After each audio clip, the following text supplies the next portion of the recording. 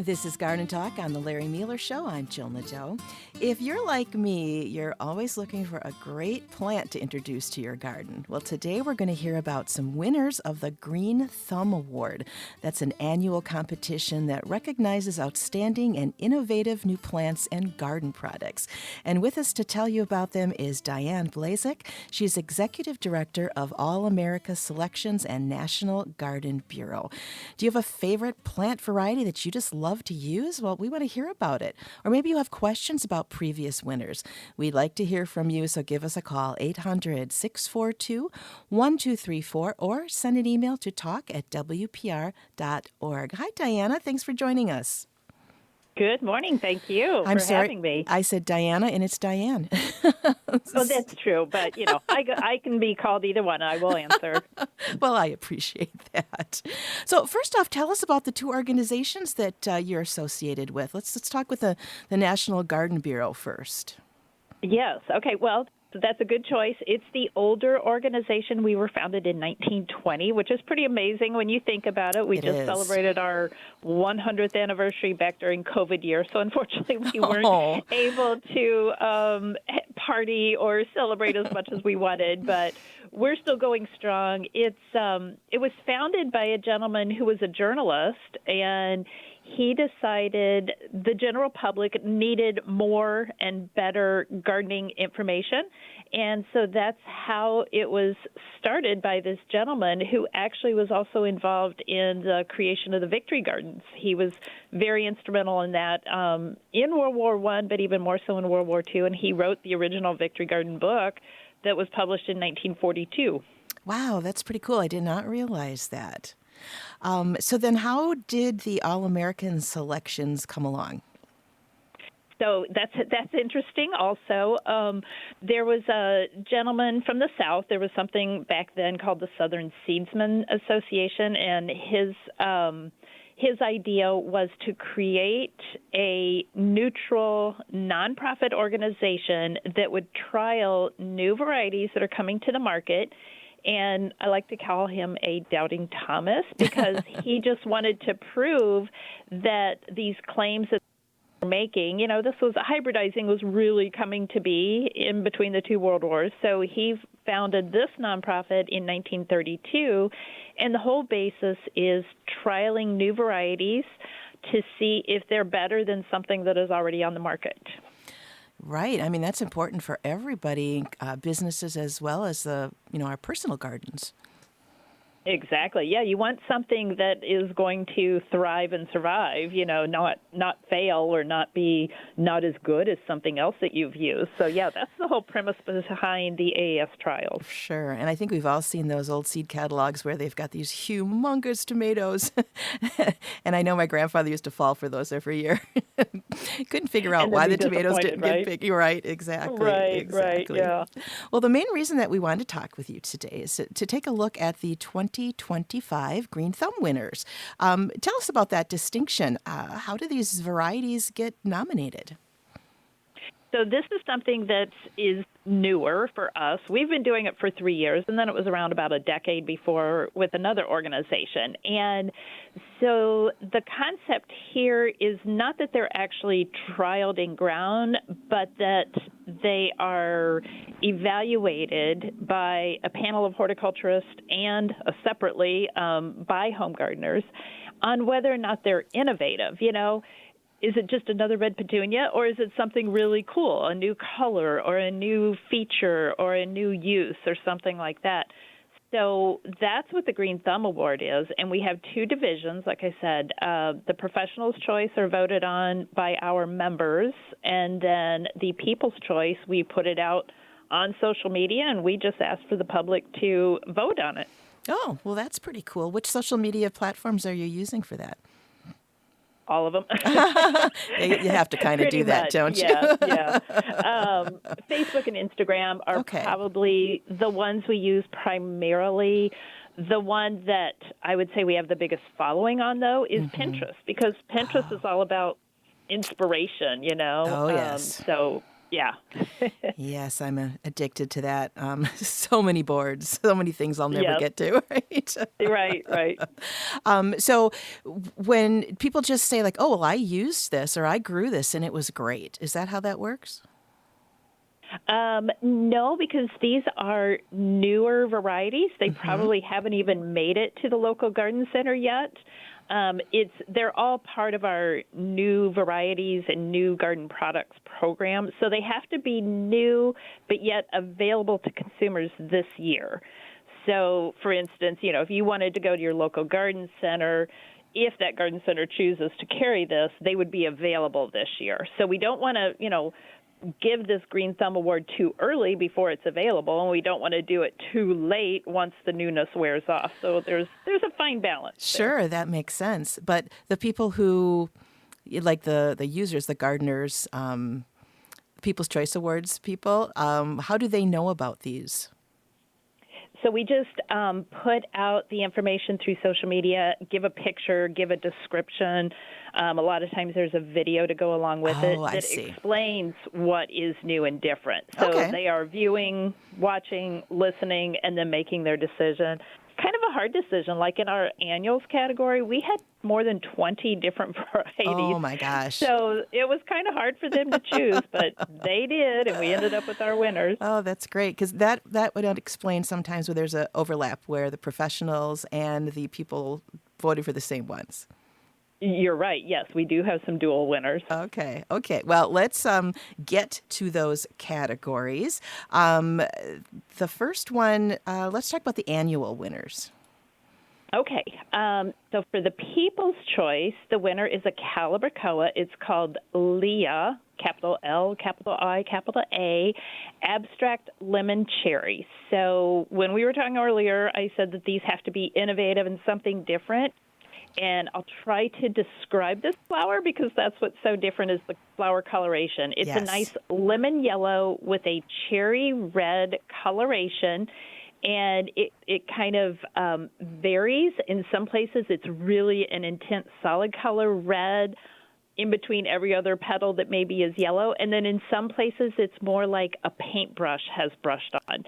So that is the color combination that's unique. It's beautiful. I'm looking at the picture right now because if you also want to follow along, you can go to NGB, which is nationalgardenbureau.org. And if you do /Green Thumb Award winners, it'll pop up and you can see that picture and a description of it. Now, what I really like is that it looks like it'll be perfect for a hanging basket or a container. Yes, you're right. And that, in general, that's what Calibrachoas are so good for. So, yes, it's shown in a container, and I think that's where it excels. Okay. And then let's just go to the professional annual. Okay, yes. The Professional's Choice in annuals is a Cosmos, and it's called Seashells Red. And this, again, I'm going to urge people to go to the website because it's hard to define, but these Cosmos have tubular petals. The interior of the petal is a vibrant deep pink, and then the outer is a paler pink. It's called red, but to me it's more pink than red. Yeah. But it is a Cosmos, so it's very easy to grow, will do well, and it has these unique petal shapes.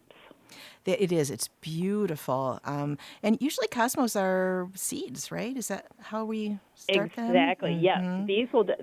I'm glad you said that. The Calibrachoa comes from cuttings, so you'll find those as plants in your garden center. This Cosmos, yes, comes as seed, so you'll be able to find it as seed, or some places might have some starts of the Cosmos. Okay. And of course, if we do annuals, we have to do the perennials. And what do we have for our People's Choice? So for the People's Choice, it's a buddleia, so it's a butterfly bush, and this one is called Little Rock Stars Red. And what is so unique about this one is how small it is. So maybe you don't want to put it in ground. Maybe you're concerned about the invasiveness. You know, there's a couple states that have it on their watch list. Oh, I did not realize that. But and really, it is red, but it's called red, but it's really purple, right? I think it's a purpley red. Yes. Yes, Who is agree. naming these, Diane? I'm wondering. Names, but you go with the creative aspect. Right, I guess.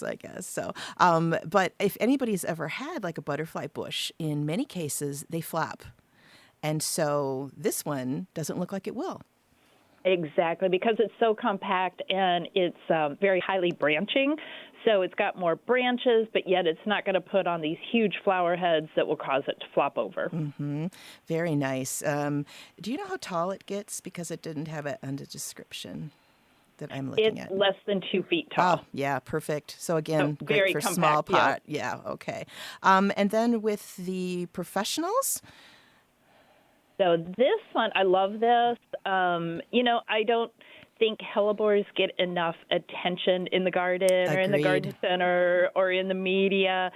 So hellebores are really cool. They're one of the first things that are going to bloom in the spring. This one is called JWLS Endless. Now, JWLS is just a series name. So the main thing you want to know is endless. And to describe it, it is white. A lot of them have kind of these purple or rose-colored colorations. So this one's all white with a little tinge of green. But what's really cool is that it's going to bloom longer, and those flower heads will be a little bit more upright. The famous thing Yes. about hellebores is how you put the mirror under because Yes. they droop. They look down instead of up. So this one will be a little bit more upward facing and will bloom for a longer time.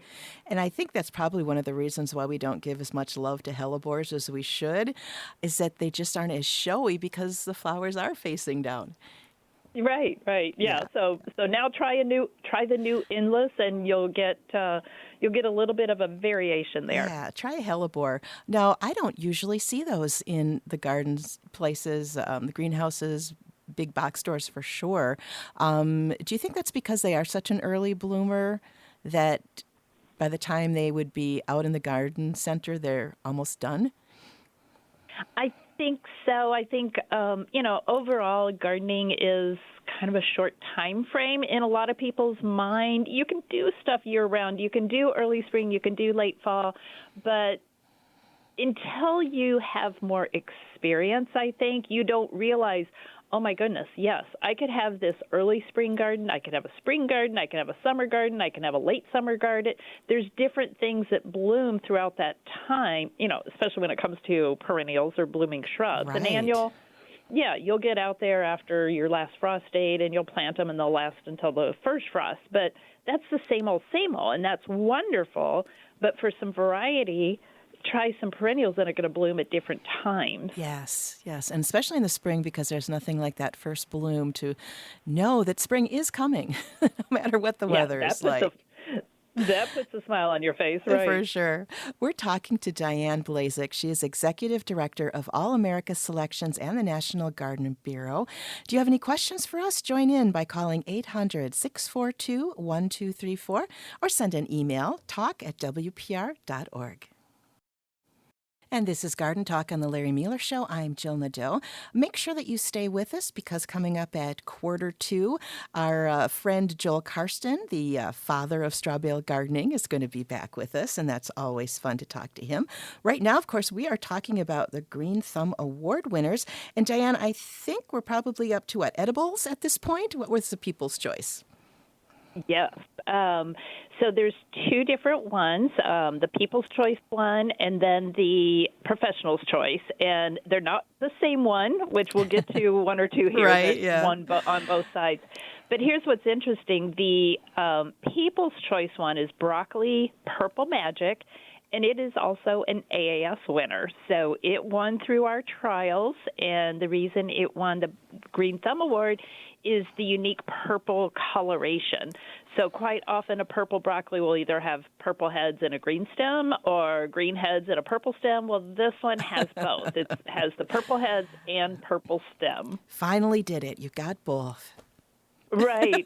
Yes, exactly. And what's really cool is with a lot of purple vegetables, if you just lightly steam them, they'll keep that purple coloration. If you boil them like crazy, well, then, yeah, the purple Goes coloration is away. going to. Yeah. Right, Yeah. right. That's so disappointing. I think we've all done that. We've bought that wonderful colored cauliflower, whatever, and then you cook it and it's gone.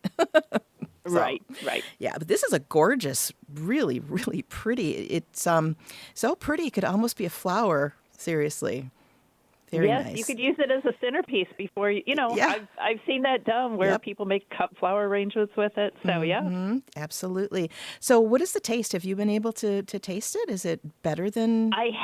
I have not been able to taste it. I want to grow it this year, but what the judges were saying with All America Selections is that it was really an amazing, good broccoli taste. No bitterness to it. It was sweet. The stems weren't woody or stalky or anything. So it sounds like overall they really kept taste as part of it while they were breeding in the purple coloration. Great.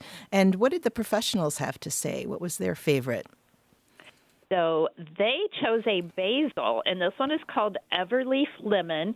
There is a series called Everleaf, which are powdery mildew resistant. And what I think is really cool about this one, just me personally, when I make pesto with my Genovese basil, I always add a touch of lemon juice for that light fresh flavor.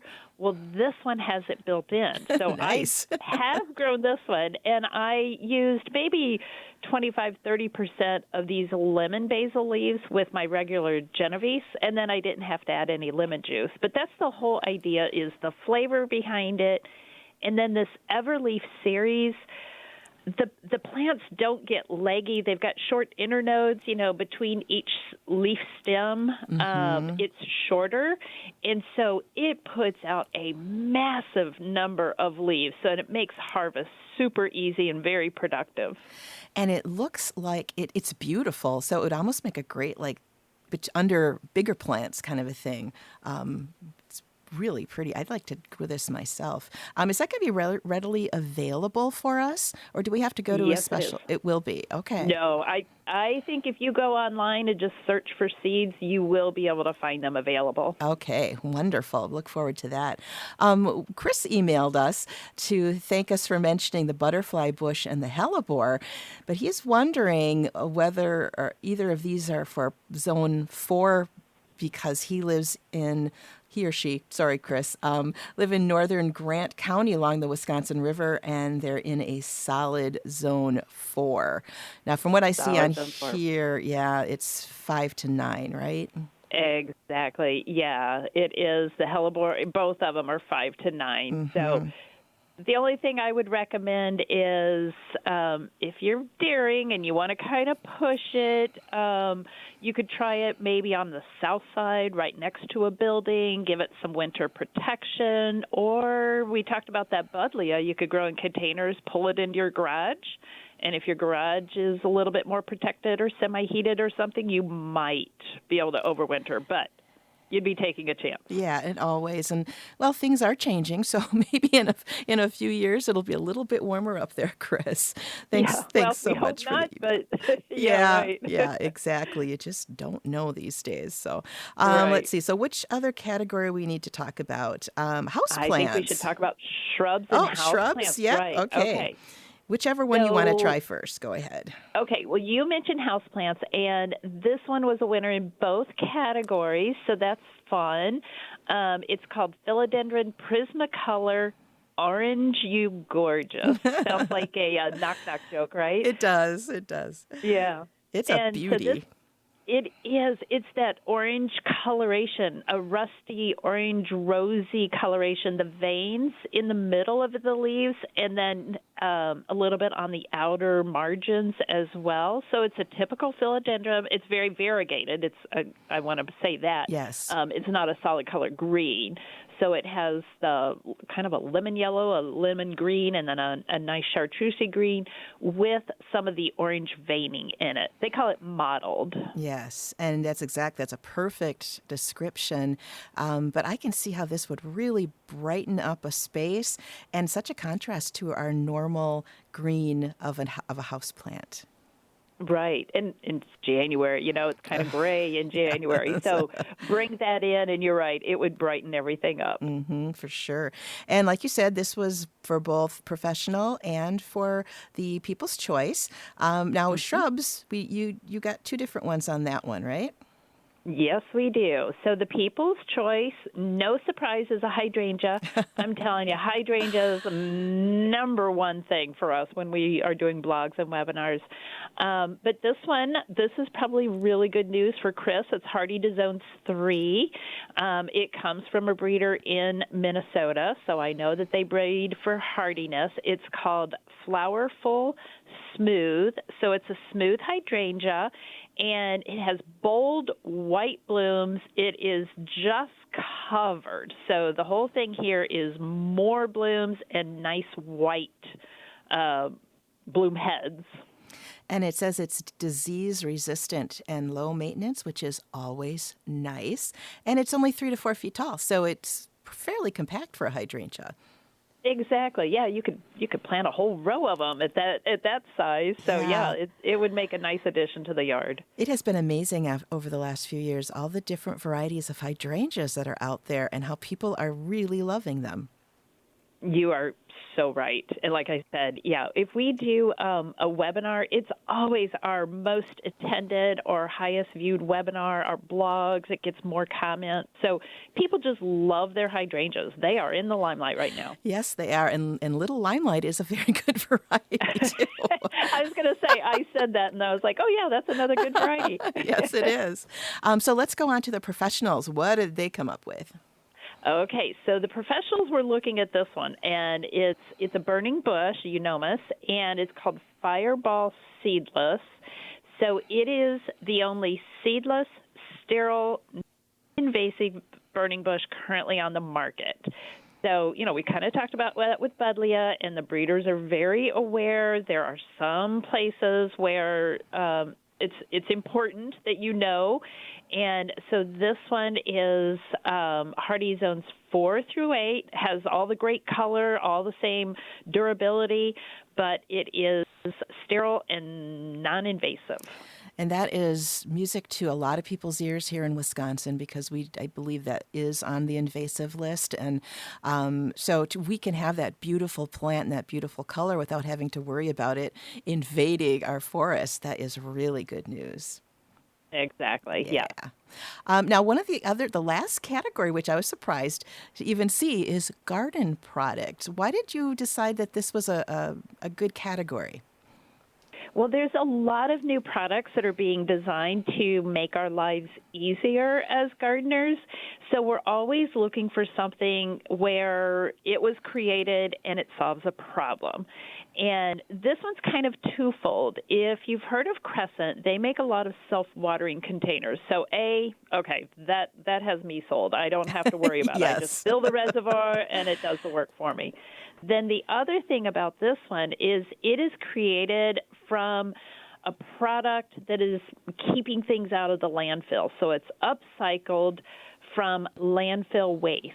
So that's got to feel good for all of us, less going into the landfill. We're using a recycled product, and then they also are self-watering. So the name of this collection is called Crescent 2, TOO, Circular Positive Planter Collection. So it's circular, meaning it doesn't go in the land waste, it comes back out, and it's all positive. And it's very nice to look at. Well, yeah, that's true. The design is really sleek, but there's also a traditional version of it that's a little bit more like a clay pot, but in these, and does it come in colors, I would assume? I think they do. When they first came out, they had one color, and I'm thinking there's 3 or 4 colors. Okay. I'd have to check on that for you, but typically they do bring things out in multiple colors. Sure. And this one that I'm looking at is sort of a gray, which goes with pretty much everything, I guess. So right. That's it makes great. The colors pop. Then. Yes, when you sure. have a very neutral container, it doesn't try to fight. Take over. Yeah, exactly, exactly. Now, earlier you had talked about with the purple broccoli that it was an AAS winner. Can you explain what that means and how it's different from the Green Thumb Award winners?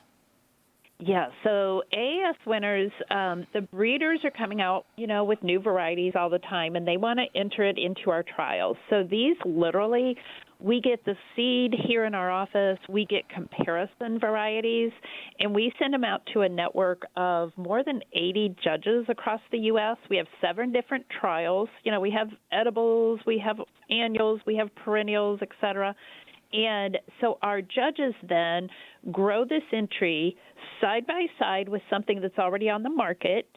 And what they're doing is they're saying, okay, well, and let's just take this broccoli, for example.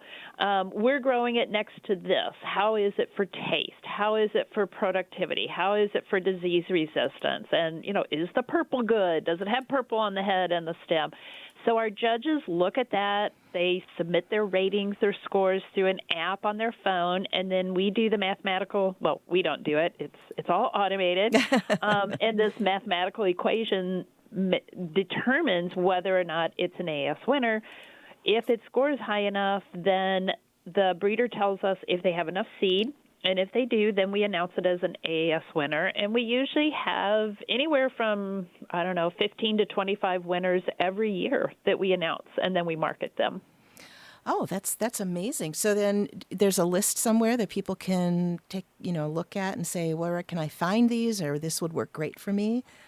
Yes, aaswinners.com. And so then when you go there, you just search by AAS winners. You can search by year, or you can go in and say, I want to find all Celosia, and you can search by Celosia. Then when you look at each individual winner page, if it's been on the market long enough, we will list companies like Park Seed or Seeds and Such or Jung Seed. They're a wonderful supporter of All America Selections, and we'll provide some links to their websites where you can actually purchase them. Oh, perfect. So that's easy enough to do. Wonderful. Now let's go back to the National Garden Bureau. There's always a proclamation of this is the year of the caladium, apparently, is one of them. How does that get selected?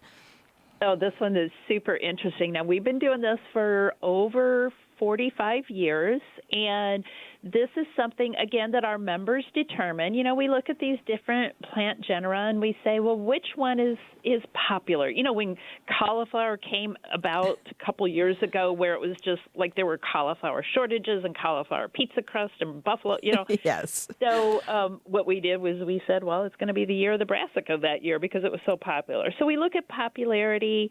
We look at things that are easy to grow relatively. We look and see, has there been some new breeding work? We were just talking about buddleia and that burning bush. So last year it was the year of the buddleia. We've got burning bush on our plans for the future. So we want new work being done. We want it easy to grow. We want it applicable to a lot of people. Perennials are a little bit more regional specific, but we try to make them as inclusive as we can. And we have 6 different categories. So we have an annual, a perennial, a flowering shrub, a bulb crop, an edible, and a houseplant. So those are the 6 things we focus on every year. Okay. Well, let's go over them real quick. We have time. Okay. So our perennial is the Asclepias, the butterfly weed. I guess I hate to call it that, but it is the Asclepias. And the reason we chose that is the huge interest in monarch butterflies. So we want to tell people more about the different Asclepias that are available. Then you had mentioned the caladium. So our bulb crop is the caladium. And there's a huge interest right now in foliage, just growing for foliage. Yes. And then we also noticed a year or so ago a huge interest in shade gardening. And so we were like, well, that kind of fits both. So we've got the year of the caladium, and those are wonderful. And then our annual is a calendula. And a lot of people are growing their own cut flowers. They want to bring them in. And there has been a surge in small flower growers, flower farmers, that are growing for farmers markets or wedding florists. So calendula fits that. Our flowering shrub is the dogwood, and until I read this article, I was like, wow, I didn't know that much about dogwoods. You've got trees, but you also have the shrubs. So we're focusing more on the shrub for that, the smaller trees. Uh-huh. For houseplant, it's the year of the monstera. And again, this one, it kind of went haywire during COVID, and these monstera were selling for thousands of dollars. And it's been interesting. There's been a lot of growers that are now making the monstera more readily available at a more affordable price. So we wanted to tell people about monstera. We had a webinar about it a couple weeks ago. It was probably one of the most entertaining webinars I've ever done and very informative. And then last but not least is the year of the pea. So grow some peas, grow snap peas, grow shelling peas. It's interesting that we have a European counterpart. They are also promoting 2025 as the year of the pea. So. Well, who knew? Exactly, right. The exciting. Popular pea. Popular pea. Absolutely. As long as they're not mushy, I'm there. Right. Right. So how are those chosen? Just a collective of people who know what they're doing? Yes, and it is our members. So we try not to duplicate things too frequently. We say it has to be at least a decade. It was 14 years ago, we did the Year of the Tomato, and everybody loves tomatoes. So Sure. everybody's clamoring for us to do it again because there continues to be additional breeding work. So it is by our members' choice. So they're the ones that vote on this. We've got this little internal voting mechanism we use. But we're thinking about maybe in the next year or so, we're going to try to get the home gardener involved. We're going to say, hey, which one of these bulb crops would you like to learn more about? And we'll see what their feedback is. Yeah, so I bet you'll get a lot. I think we will too. Yeah. I guarantee you the flowering shrub will be hydrangea, but we've already done that. We need to give love to the other flowering shrubs. There you go. So your members for the National Garden Bureau are professional growers? Is that who the members are? They are professionals on the commercial side, so they're breeders, they're brokers, distributors, they are the retailers, they're the growers. And then we have another separate category, which I think is very interesting for everybody, like book authors or podcast hosts. So we are able to, give them some publicity and send some people to their websites because we know our members are the experts in their field. They're on the professional side, and then they're on this outreach communication media side. So they have some wonderful books and podcasts and online courses. So, yeah, we have it's almost 200 members now that come from the horticulture industry. Oh, that's great. And there's a lot of information on your website. So tell us about what people can find there.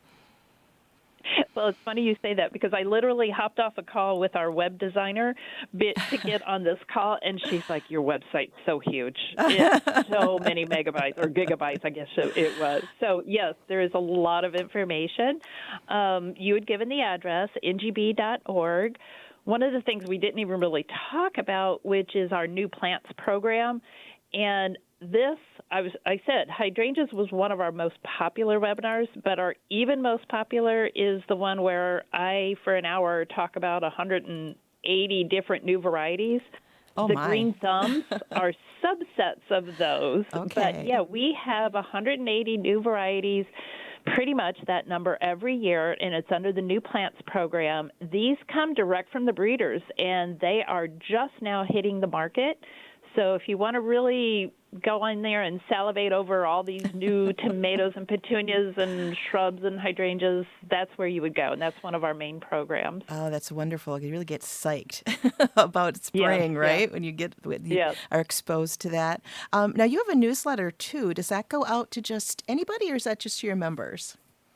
No, that's really, it's on behalf of our members. So usually what we're doing is sending information out to home gardeners about our products or giving them tips or giving them summaries of our webinars. So we have a blog, and then that blog gets turned into our newsletter, and we send it out pretty much every Friday January through May.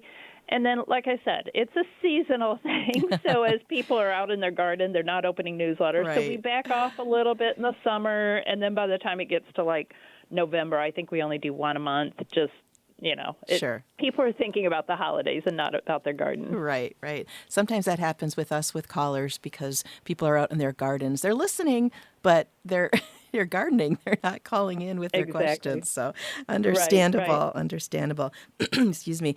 Now, I noticed that you have a section on your front page about grants that you give to therapeutic gardens. Can you talk about that a little bit?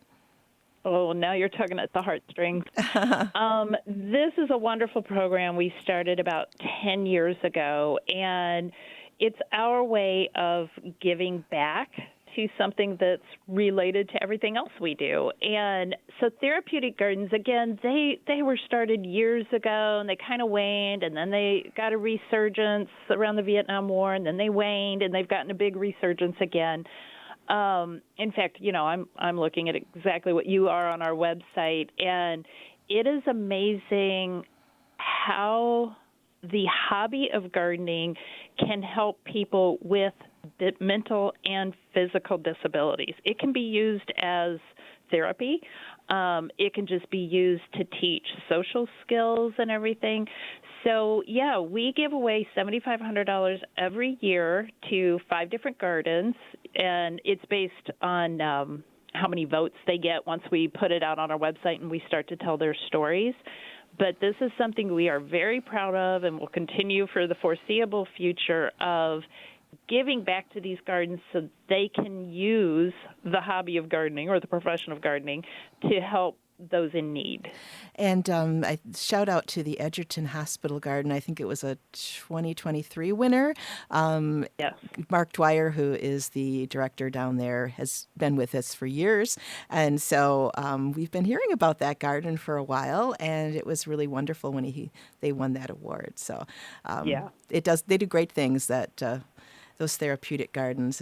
Like you said, it's amazing what gardening can do for you. It does, yeah, both physically and mentally. And you're right, I've toured Mark's garden, I think it was last summer, and they have done so much with that space, and the fact that they make it available to the public as well as to their patients and everything, it's a great program. It really is. And we want to thank you for your leadership on some really great programs too, Diane. Thank you for being with us, and I'm sure we'll do this again. Thank you. I look forward to it. Okay, bye-bye. We were talking to Diane Blazek. She's Executive Director of All America Selections and National Garden Bureau. But stay with us because Joel Karsten's back with us, and he's going to be talking about straw bale gardening.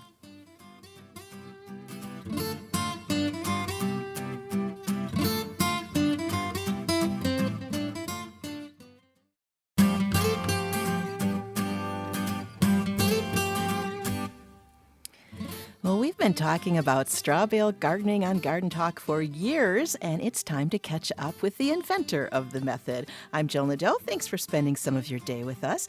And back with us is Joel Karsten. He's traveled across the world introducing the straw bale garden method, and he's written a number of best-selling books on the topic. What are your questions about straw bale gardens? Have straw bales changed the way that you grow? We'll join the conversation by calling 800-642-1234 or send us an email, talk@wpr.org. Joel, it's so good to talk with you again. It's good to be back on with you, Jill. Yeah. Thanks for having me. Yeah, you're missing Larry like 2 years in a row. Oh, well. Oh, well. He's already a straw bale gardening expert. So He is. He does a straw bale, at least one straw bale every year.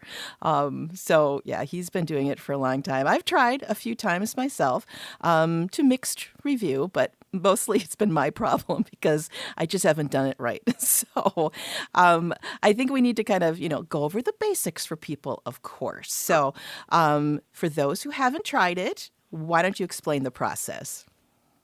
Well, first of all, the name's a little bit elusive because when you say straw bale gardening, we're going to plant into straw bales, people think right away, well, how does a plant grow in straw? Mm-hmm. And it's not really growing in straw. That's the trick, is the inside of the bale is going to become compost very quickly. And we're going to do that by this process we call conditioning. But it's really composting the inside of the bale. And you do this by adding a source of nitrogen, and then you add a little water, and you feed the bacteria that are already in the bale. And those bacteria quickly will colonize the bale, and you'll know this is happening. You can't see them, unfortunately, because you need a microscope for that, but you can feel them. They'll start to replicate, and as they replicate, they tend to warm up the bale. So the inside of the bale will get warmer than air temperature, and you know at that point that it's happening. The bale is conditioning. And after a couple of weeks, the bale will start to cool off again, and you know that that colonization has been completed, and the inside of the bale is then going to have free ions and cations. What that means is the bacteria has broken down the cells of the straw and broken those cells back into nutrient molecules, things you would recognize like nitrogen, phosphorus, potassium, molybdenum, zinc, iron, manganese. All of the macro and micronutrients that a plant needs to grow will now be available inside that bale from decomposed cells of the straw. So that's where the nutrients come from, not from us adding fertilizer all summer, but from the decomposing straw that releases its molecules for a new plant to absorb and be able to grow. It's like magic. Yes, it is. It is like magic. If you had a microscope, you could really follow along. But you just got to kind of trust the process that this is going to work. And if anybody does fail or not have as much success, it's usually because of that conditioning process. That's really important to get that process right, that first 2-week process of breaking the bales down and letting nature sort of take its course. Oftentimes people will start too early. Like you and I might get excited because it's been warm out the last couple of days here in Minnesota and Wisconsin. Yeah. So we might get started early. And then what happens is the bacteria start growing, but then it gets real cold and it'll shut down that process. And you don't get the full colonization. So you got to wait till it warms up. I usually tell people to target 20 days before your location's average last frost date. And that's when you would start this process. And that's usually going to give you a really nice weather window where you're going to get a few days up to 65 or 70 degrees. And that only takes, 1 or 2 days of real nice warm temperatures like 70 degrees for that entire colonization to happen.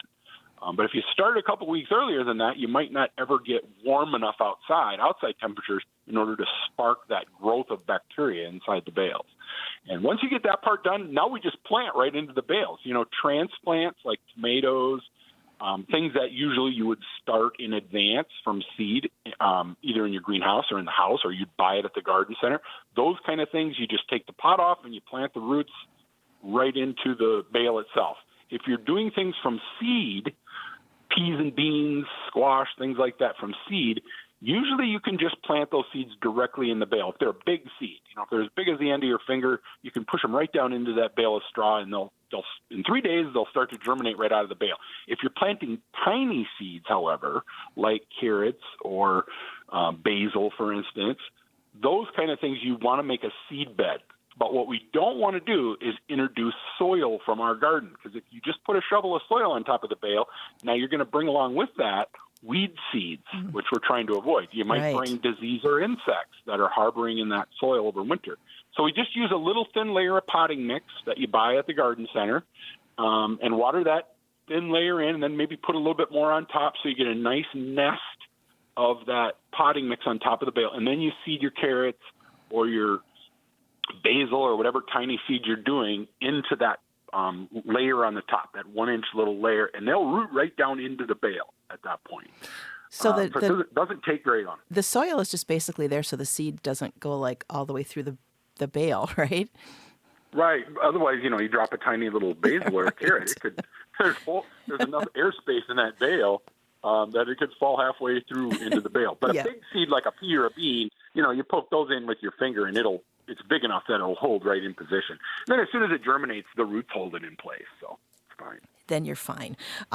So I think a question that we get a lot of times is, which side of the bale do you use? Well, I like to put the bale so the strings are on the side.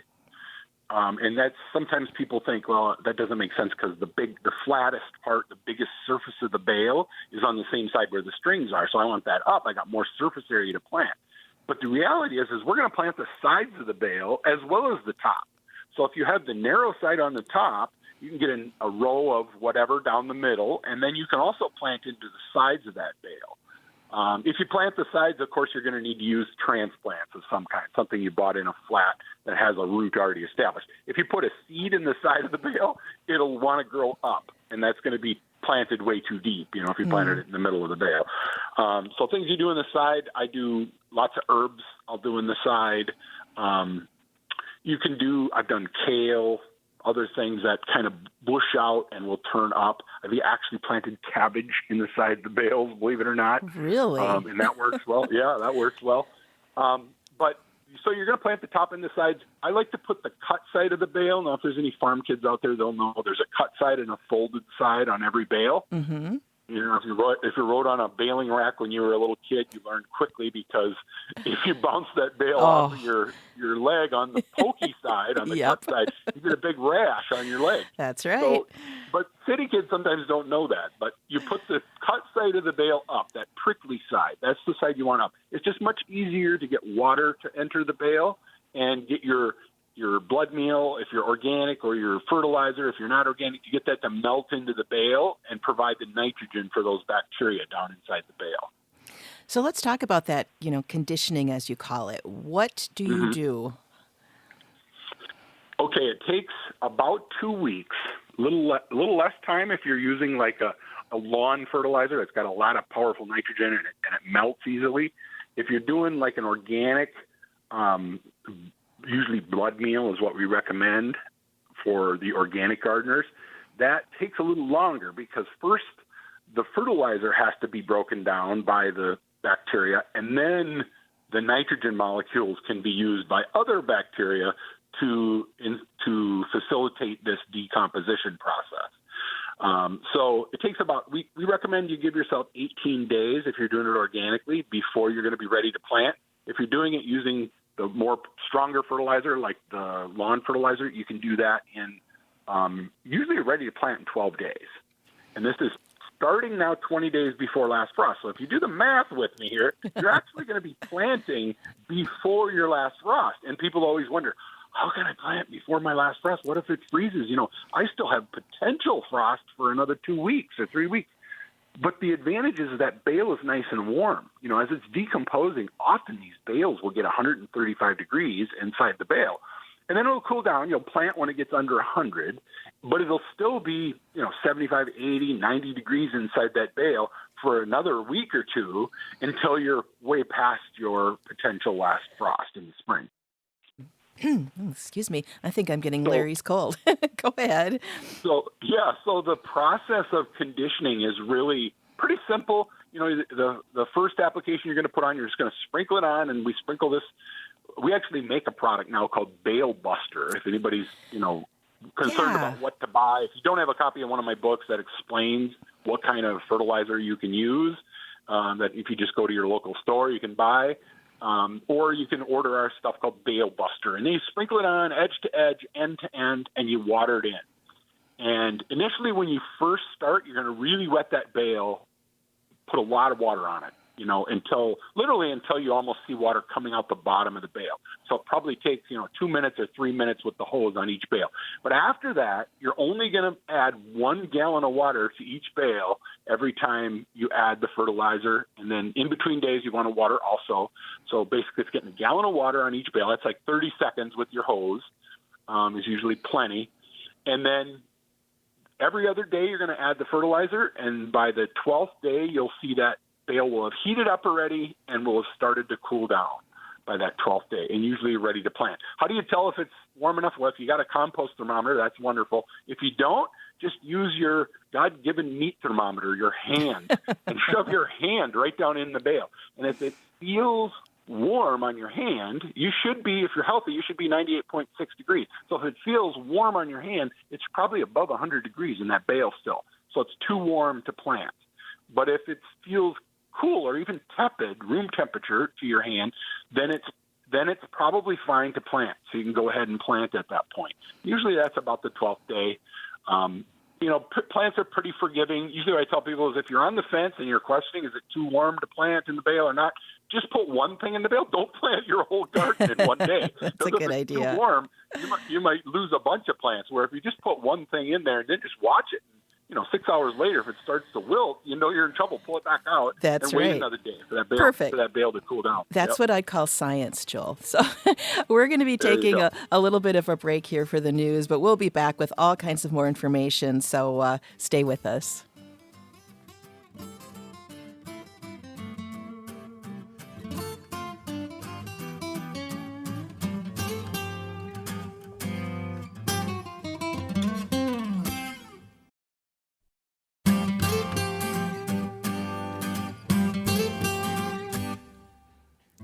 This is Garden Talk on the Larry Mueller Show. I'm Jill Nadeau, and today is our annual chat with straw bale founder, gardening founder, Joel Karsten.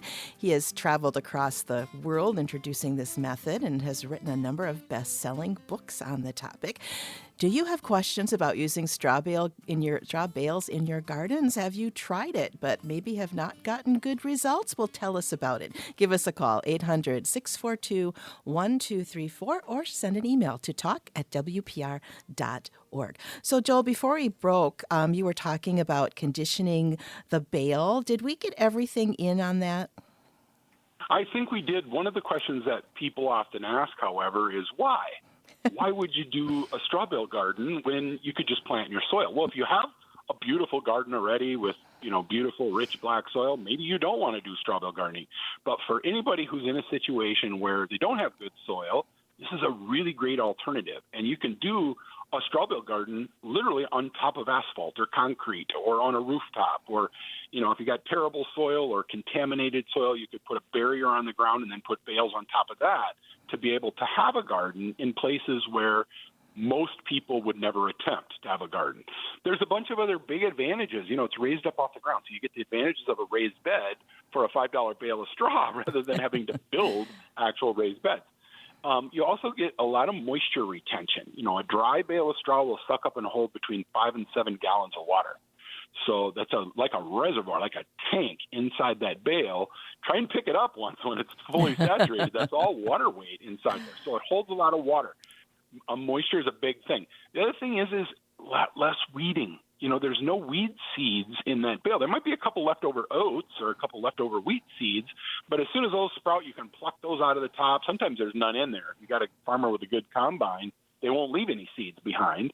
But if you do have any seeds, you pluck those out. And the rest of the summer, you're going to go without pulling a single weed in your vegetable garden, which for a lot of people who garden, that's the reason they don't have as big a garden as they used to, is because they hate pulling weeds all summer. Very true. You don't have to bend over as much. So for anybody with any kind of physical limitations, even as we get older, it gets harder and harder to bend over or get down on the ground.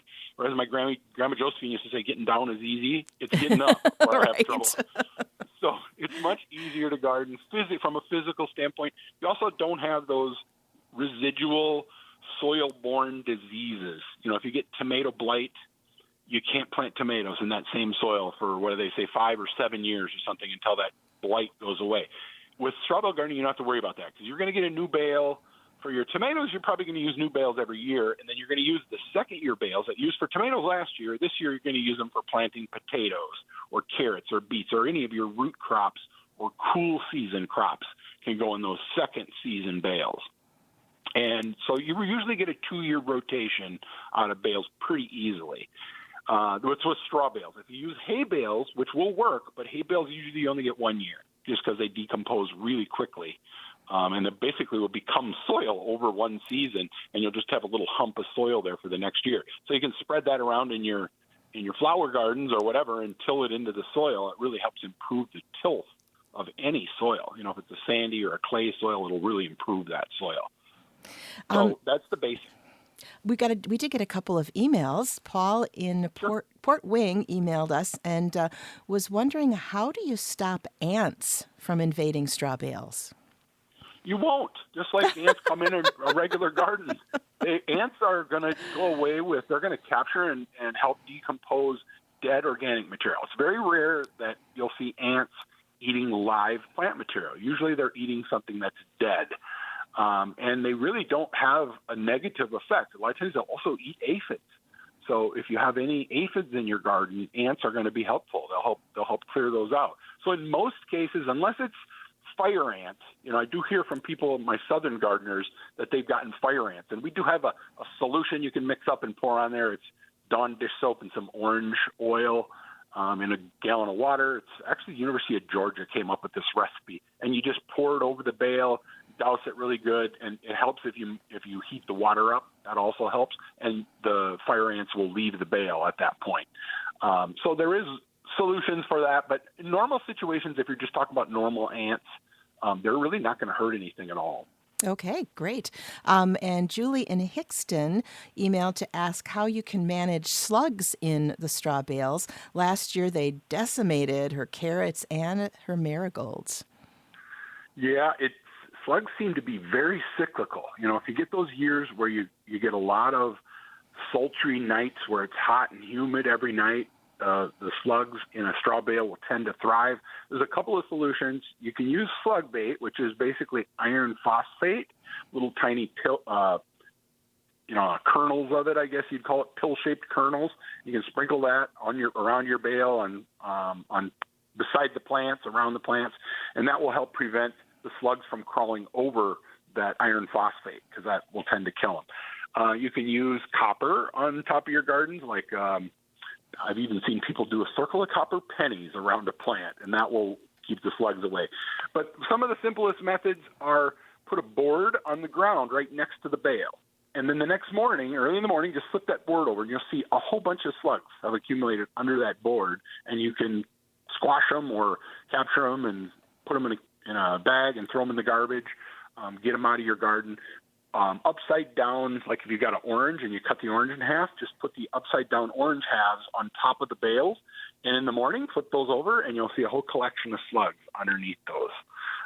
So it's sort of real simple but practical ways. People will also embed little jars and they'll pour some beer in the jars. And those slugs will crawl right in the little baby food jar or whatever, and they'll drown in the beer. But some other people claim that's a waste of good beer. So I guess you never know. But what a way to go for those little slugs. Yes, exactly. Okay, we've got a call from Jim and Nina. Go right ahead, Jim. Yes, I was wondering about using the straw bale gardening against our fruit trees. Nina has a real bad case of clay for soil, and can it be used to season that clay to make it better? Yes, absolutely. Use it right over top of the clay soil, plant in the bales. You'll see most of the time the roots of the plants, with the exception of things like tomatoes, which have a really deep root, those will grow down through the bale and actually probably try to grow into that clay soil. But in most cases, you'll have all the roots of your plants will be harbored inside the bales. So it doesn't even matter what soil you put it over top of. As I mentioned earlier, I've seen people do this on a concrete driveway or an asphalt driveway. So you really don't need much for soil at all underneath. It's just there to hold the bale in position. Sometimes if you have soil that has been a garden or has been a lawn in the past, you're going to get lots of weeds or grass growing between the rows of bales. So you'll need to deal with that space. Maybe put some landscape fabric down or some cardboard boxes, thick layers. I like to keep the rows of bales about 5-6 feet apart between the rows, give you plenty of space for sun and for the plants to grow and expand. I've had lots of people call me and say, I put them 4 feet apart, and now I can't walk down the rows between the bales because it's all full of plants. So don't make that mistake. Keep them plenty far apart. Give yourself plenty of room and cover that space in between. Then you don't have to deal. Or you can mow it, I guess, if you wanted to, but then you can't have, like, squash, because squash are going to come off that bale, especially pumpkins, and crawl all over the ground. And then you have grass growing up through your squash, so that would be difficult. But otherwise, you'll be just fine. Clay soil won't matter at all. Okay, great. Thank you, Jim. Good luck. I hope you try that. Yeah. It's speaking of, kind of getting out of control, I think we've had a lot of callers who've said, I put like 4 tomato plants in my bale and they're all over the place, right? Well, how do you judge what you should put into that bale? If you're doing hybrid tomatoes, the ones that have an indeterminate vine, so they'll just keep growing. By the end of summer, they're heading towards your neighbor's yard up the street. So they get real long. Those you only want to put 1 in a bale, mainly because they're going to take up a lot of space above the bale. It's not not the space in the bale for the roots, but it's the space above the bale where they're going to grow the vines and hang on your trellis that you're going to put above the row of bales. It's going to fill in that space. And if you had more than one, what's going to happen is you're going to get the same total number of tomatoes because you only have so much space for vine, and it's only going to collect so much sunlight. So your tomatoes will tend to shrink in size, and you won't have as many tomatoes per plant if you double stack them in a bale. Now, with heirloom tomatoes, sometimes those heirlooms only give you 8 to 15 tomatoes on a plant, and they don't get that big. They're determinate size. So those you could easily get 2 in a bale. But the big boys, early girls, things that are hybrid tomatoes that are going to give you a lot of tomatoes. I mean, you get 80 to 150 tomatoes off of one plant in many circumstances with these hybrids nowadays. Those you only want 1 in a bale. And then you're probably going to have to, at some point during the season when it gets real hot and you're really juicing a whole bunch of tomatoes on that vine, you probably have to water that bale twice a day. Oh, okay. So that's why an irrigation system, like a drip system that you can set on a timer, works really well. You just turn it on. You don't want to water a lot every time you water. Only add a gallon, gallon and a half, maybe 2 gallons at the most, and that'll replenish the reservoir in that bale. If you water too long, what happens, Jill, is water will run through the bale, and it'll carry out soluble nutrients. So it'll leach your nitrogen right out of the bale, and then your plants turn yellow, and you end up having to add artificial fertilizer, where if you just limit how much water you put on, don't put so much water on every time you water, you won't flush the bales at all, and you won't need to fertilize throughout the summer. So it has enough fertility in that bale itself. And that's probably one of the mistakes that new straw bale gardeners make, isn't it? Too much water. Yes. Mm-hmm. It's the biggest mistake new straw bale gardeners make is they tend to overwater. With a regular garden, you can water and then you can see a puddle build up around your plants, and they'll say, oh, I got a puddle. It's time to stop watering. You can never see that in a bale because it's just running down out the bottom, and it disappears, and a lot of times you don't even notice that you've overwatered. But yeah, anything more than a gallon or a gallon and a half per bale per application is probably too much water. It doesn't take very long. Think about your spigot's going to give you 2 gallons a minute, right? Right. So if you got a 10-bale garden, that's only 5 minutes of water at 2 gallons a minute, and you got a gallon on each bale, pretty quickly. I'll have people that'll call me and they'll say, I don't know about this straw bale gardening. I've been watering my garden for 2 hours every morning and every night, and gosh. It doesn't look good at all. And I tell them, I want you to hold a cold water hose over your head for 2 hours and call me back and tell me how you feel.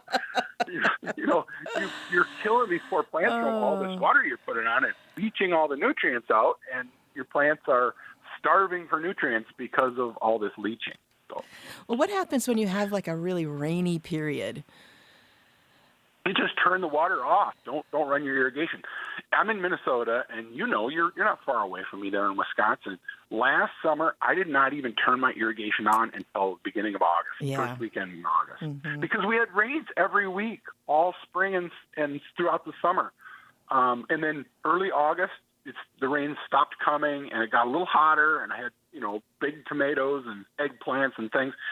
Then at that point, I started turning my irrigation on for 3 minutes, I think, on each zone. Early in the morning, I got a drip system, so each plant's getting about 3/4 of a gallon, probably.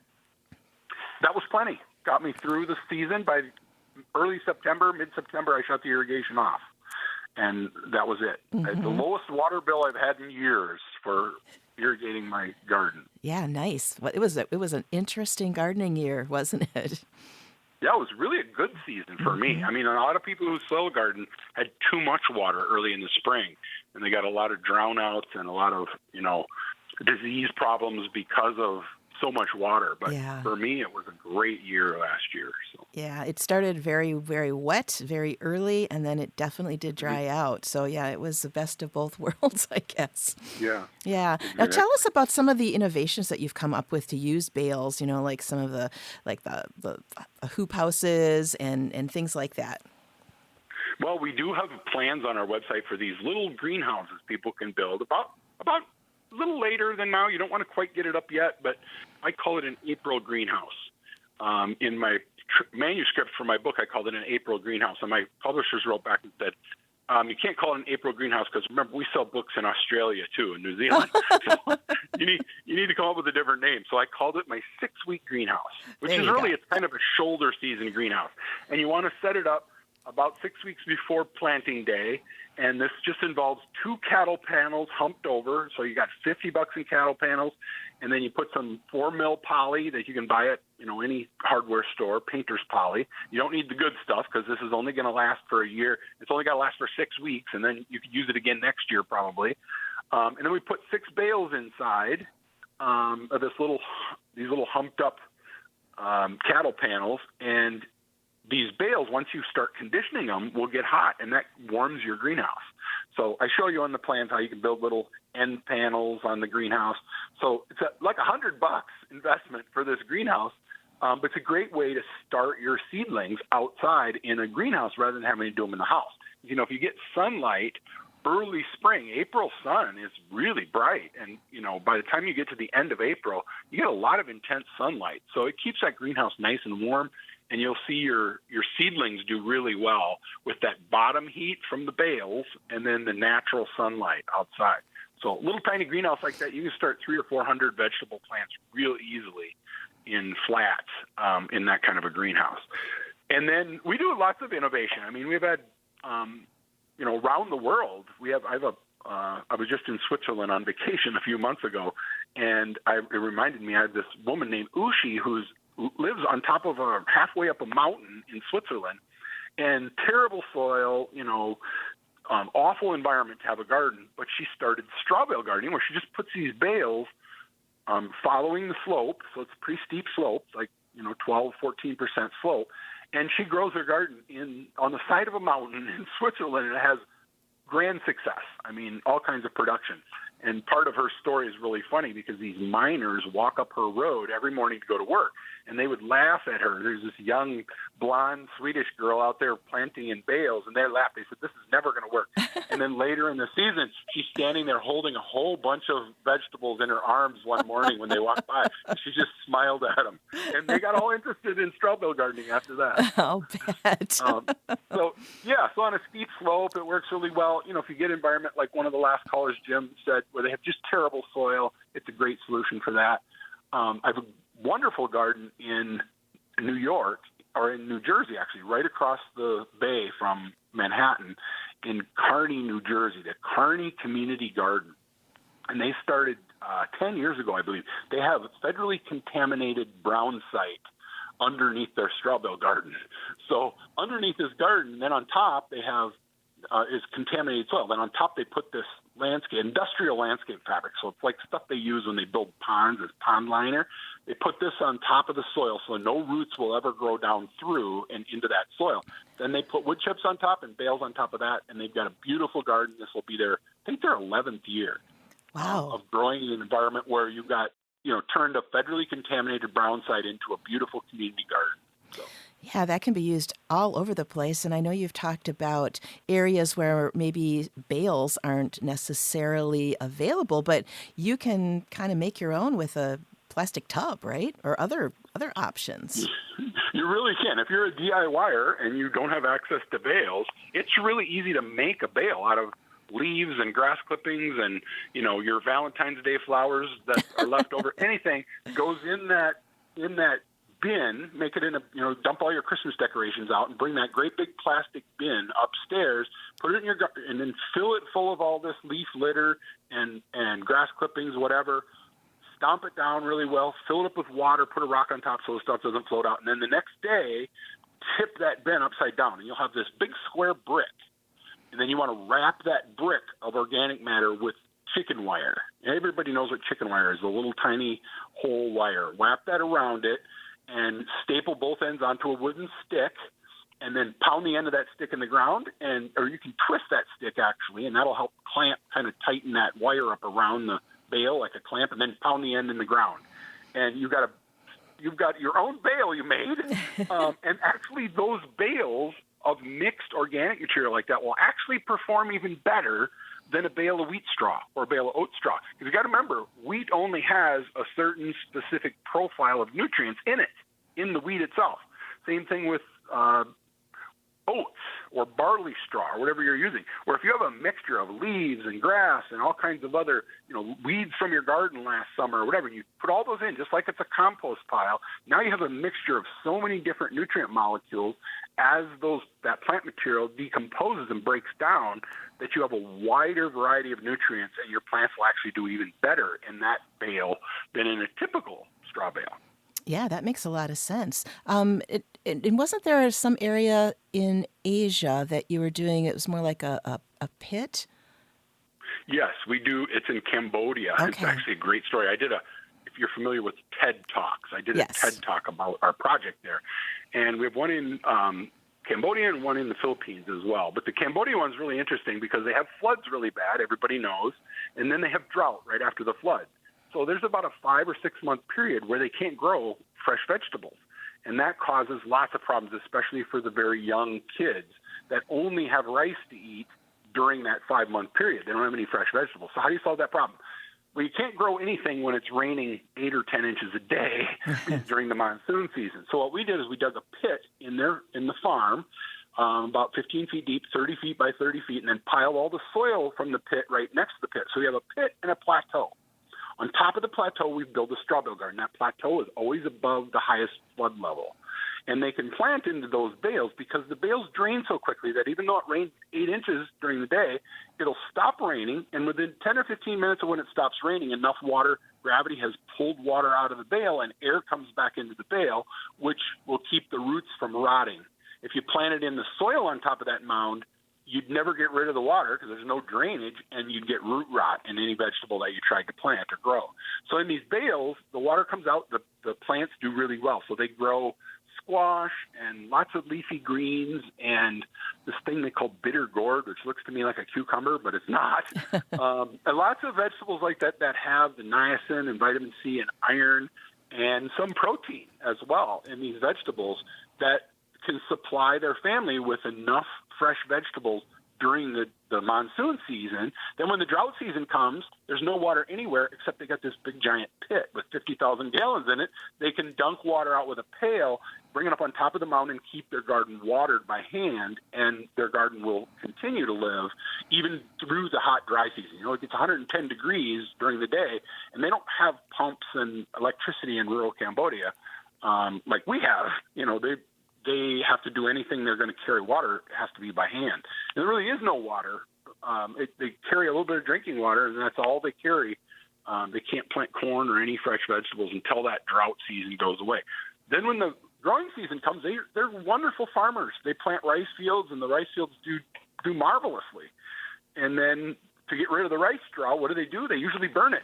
Now they don't burn it; they bale it. Bale it. I sent them a YouTube link before I got there of how to make a hand baler. By the time I got to Cambodia, they had built a hand baler out of wood, and they put the straw in there, and they compress it down, make a bale, and then we put the bales on top of the mound.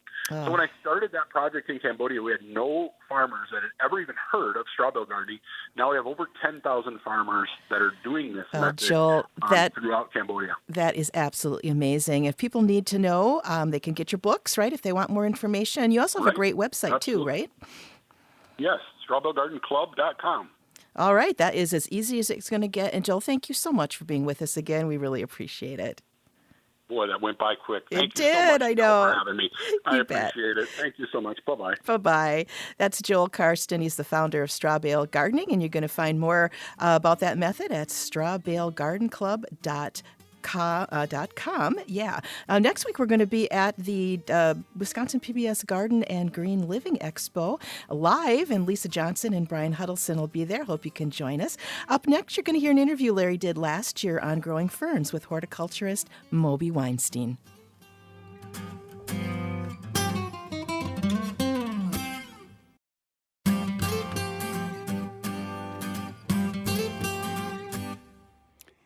Ferns have been around for millions of years and are among the oldest plants on Earth, as a matter of fact. And next up, we talk with fern expert Moby Weinstein. We'll talk about the history of these well-loved plants. We look at their basic botany and how to care for them. And it's great to have Moby with us. She's foreman of gardeners for outdoor I should say, foreman of Gardeners for Outdoor Gardeners at the New York Botanical Garden in the Bronx. She's a lecturer, a plant judge, and an author of 2 books on ferns. I have in front of me her book titled The Complete Book of Ferns, and I have really enjoyed going through this book. It's fascinating. Moby Weinstein, welcome. Thank you for taking time to be with us today. Thank you so much. Great to be with you. So what is it about ferns that has drawn you to them? Well, I didn't choose them per se at the very beginning. I just love all plants. And very early on in my career at the Botanical Garden in New York, I was assigned to take care of the ferns. So I said, well, if I'm going to take care of them, I need to know a little bit about them. And was very fortunate that we had scientists on our staff that were world authorities on ferns. We had meetings every month of the New York chapter of the American Fern Society. And so immediately I got engrossed in them and then, of course, fell in love with them even more. Well, you know, we see ferns in every dinosaur movie. Exactly.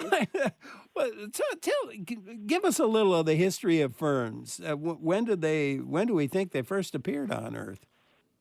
Well, the first land plants really came on about 450 million years ago or so. You know, it's quite a long time ago. Well, first plants, let's say that, not land plants so much. And then the ferns were the first to become what we call vascular, making a specialized tissue that allowed them to kind of move out of the water and onto the land. And so they precede all of our seed-producing plants because they came on the scene probably about 350 million years ago. And they were probably from the ancient ferns that don't make seed but make spore. We know from the fossil records that there are some plants we call seed ferns that were probably that transition, that we don't have any of those alive today, but probably were the transition to our modern-day seed plants. So they've been around for a really, really long time, colonizing great parts of the planet and giving us our coal deposits that we've been using from buried giant forests of the ancient ferns, the lycophytes, that were 100 or 150 feet tall, and that got buried during, continents colliding and all kinds of massive changes on our planet. And those deep buried reserves are what we use now as coal. Yeah, it's very interesting. And, they're unique, I think, in the plant world because, as you were talking about, they produce not by flowers or seeds, but via spores. Yes. So the first plants were the algae in the water, and then what we call the mosses, which most people have heard of, and things like liverworts, which maybe people haven't heard of. These were just very low, flat, filmy plants that kind of hugged the water surface. They kind of moved out of water, but they had to be in contact with water all the time, basically. And it was really from them, they reproduced by spore. From then, we kind of got the ferns, who also reproduced by spore. But what they did, which was an enormous change, which hasn't really been changed since then, is they developed what we call a vascular system. It's like not the same, obviously, as what we have in humans or animals, a vein and artery system, a system that conducts water and nutrients and the sugars that it makes in photosynthesis through the plant body. So it's like our blood moving through our body. It's their stuff moving through their bodies to keep them alive. And that's what enabled them to get away from the water, to be able to put roots down into the soil and take water out, and to be able to get taller and bigger and stronger. And that system, that vascular system, is really important. And we don't have anything more advanced than that today. So they have one step in the what we call the ancient world, their ancestral world, reproducing by spore. And they have the 1 foot in the modern world, the evolved world, with their vascular system. So they're unique in having that. It's a very distinct difference. And they were used, I was going to say, they were used differently, or they've been used by humans over the years in different ways, I guess. How did humans use ferns in the past? Well, they've always been used as ornaments. Many of them are just really attractive, and something in them calls to us because it's very typical that when people see certain types of ferns, particularly things like the maidenhairs, people are drawn to them. People are drawn to plants. We know this, and research has proven this now. We are naturally drawn to nature and to plants, and our blood pressure goes down when we get into the forest and things like this. So we know we respond to this. But ferns have a lot of them with their textures and their forms have just really drawn people to them. And in the mid-1800s, which is not so long ago, we had, well, in Europe, they had the Victorian fern craze. And what really led to that was the fact that Dr. Ward had invented the Wardian case. He was an amateur science person, and he was collecting ferns. And in Europe, with the burning of coal, there was so much pollution and the air was dry that he developed this little case, and he kept his plants alive in that. And so it's called the Wardian case after him. And that made a great change for people to be able to grow things they couldn't grow indoors. And it was a big craze. And they went all over England, particularly, unfortunately collecting so much that they really overcollected and endangered many plants. It was such a craze. But we're able to keep them alive in their parlors, in their homes, and it was exciting to show people what they had. And the forms, you can also see how beautiful the forms of ferns are because you see them in benches, you see them in signs, you see them in pictures. Every time you look at a catalog, even for furniture, you'll see a picture of a couch in a living room setting, and what's on the wall is a print of a fern leaf. So you see them everywhere because they do have great forms, and they're attractive to us, as plants are, but ferns seem to be a little more so. And so you see them everywhere. So people have been using them. We don't eat too much of them, but we do eat fiddleheads. And depending on where you are in the world, people eat different species. Probably you have it in Wisconsin as well, but certainly in the Northeast here, the one we usually eat are the fiddlehead ferns, the ostrich ferns, the fiddleheads of the ostrich fern, one of our natives. And so we eat those, but they're also eaten in other parts of the world. There is one, though, that has been eaten, and we do know that it probably is somewhat carcinogenic, and so we wouldn't recommend that one. That's bracken fern, which is really a joke in the fern world that we say there's only one bracken plant in the world, and it's connected across the entire world. It is a massive plant that just spreads, and that's why we joke it spreads so much we think it's just one continuous plant. So it's a great plant, but we think that we know that one you probably shouldn't eat so much of. Penny in Winona, Minnesota has a comment or a question. Let's go there. Penny, Sure. Hi. Sure. Hi.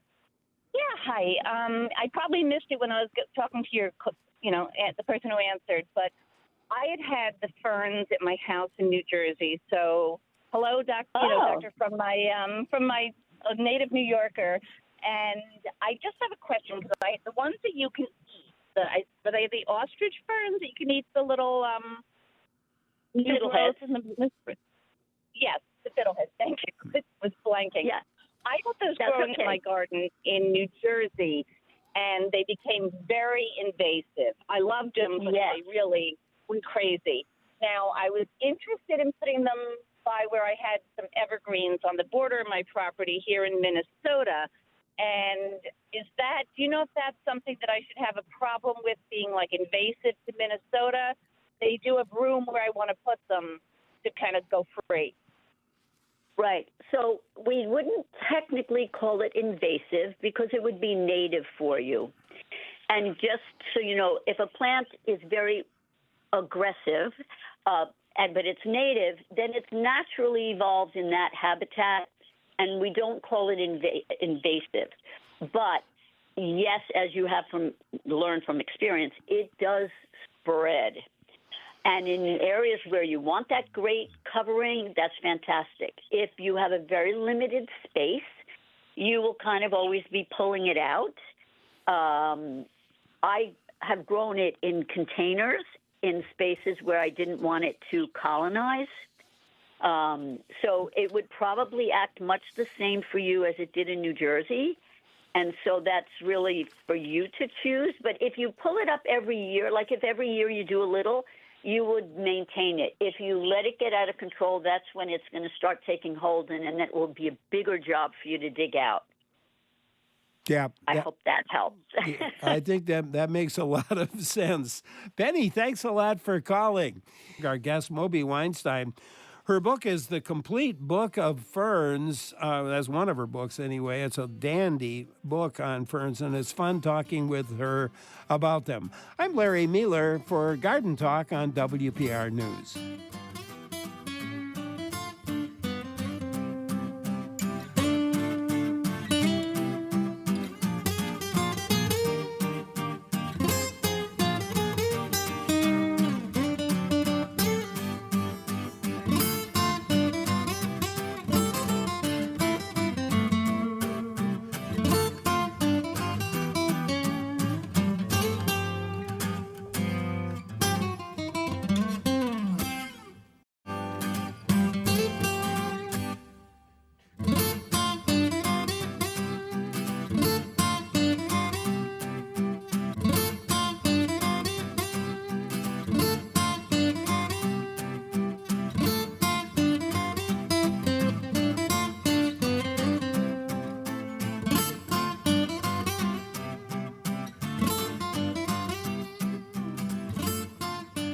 Thanks so much for joining in today on Garden Talk. Larry Mueller here visiting with Moby Weinstein, foreman of gardeners for outdoor gardens at the New York Botanical Garden. And her book is that I've had a chance to look at it, really love. It's called the title, The Complete Book of Ferns.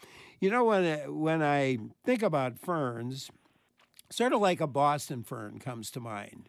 The lace of the leaves, and really quite beautiful. But ferns, I mean, you look at a tongue fern, for example. Now that doesn't look like a fern. Exactly. It's something that people do. When I ask people what makes a plant a fern, of course, most people don't know, but they think, oh, it has very lacy, delicate leaves. Yeah. And many of them do, but many of them do not. And you would look at that plant and not guess at all that it's a fern unless you started to know something about, oh, they make spores, and you happen to look and you might recognize that it's making spores on the back of the leaf.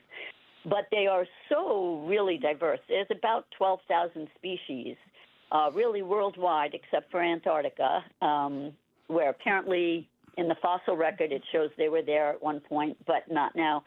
And so some are very large, very coarse, and some are very fine. And there's shades of light green to dark green and even bluish or, like a grayish color. And then you have the painted fern, which is a very common one for outdoors, which has silver and often red in it. So they're really quite diverse, and people don't always recognize one if it's not a more common one that they've seen. Yeah. And, you take one like the ribbon fern, for example, where you've got sort of a green edge along the outside of the leaf, and then sort of a very, very light green center to it. Yes, it's beautiful. And white and silver, yeah. And their forms, between their forms and their colors and even their textures, they can be a very thick leathery texture, which often tells you they might do better without some humidity, because the ones that are very thin and delicate usually need more humidity. But they do give great, not only their form, but their texture and their colors. And if you can mix, and there's plenty for indoors that, if you're an indoor grower, those, or if you're in a tropical climate, you can do them outdoors. But you guys are not tropical, as we are not in New York. That's for sure. Oh, boy. Well, you think about ferns in humid settings. Right. Do we need to create that indoors? Well, here we go again. This is where most of our homes do not have good humidity. And so, number one, it's better for us if the humidity is higher, especially in wintertime. It's better for our health as well as the plants. But if you can't humidify, there are some ferns that are really well adapted. And the one you named, the ribbon fern, is one of the terrace ferns. Those are generally pretty good for growing indoors. They don't need a lot of attention. And some of the bird's nest ferns, and one of the, we don't necessarily call it the Boston fern, but it's a very close relative. We call it the sword fern. And it basically looks the same, but it's a different species. And that is really tough for indoors. So I have an apartment in New York City, and I live with the same problems that a lot of indoor people have, high heat and dry air. And so these are ones that they do not get babied. They survive. They're good growers. The maidenhairs are the opposite. They tend to have very delicate leaves, and if they don't have enough humidity, they will just fry on you. And a point to make about humidity that I find a lot of people maybe don't understand, or just out of desperation might try.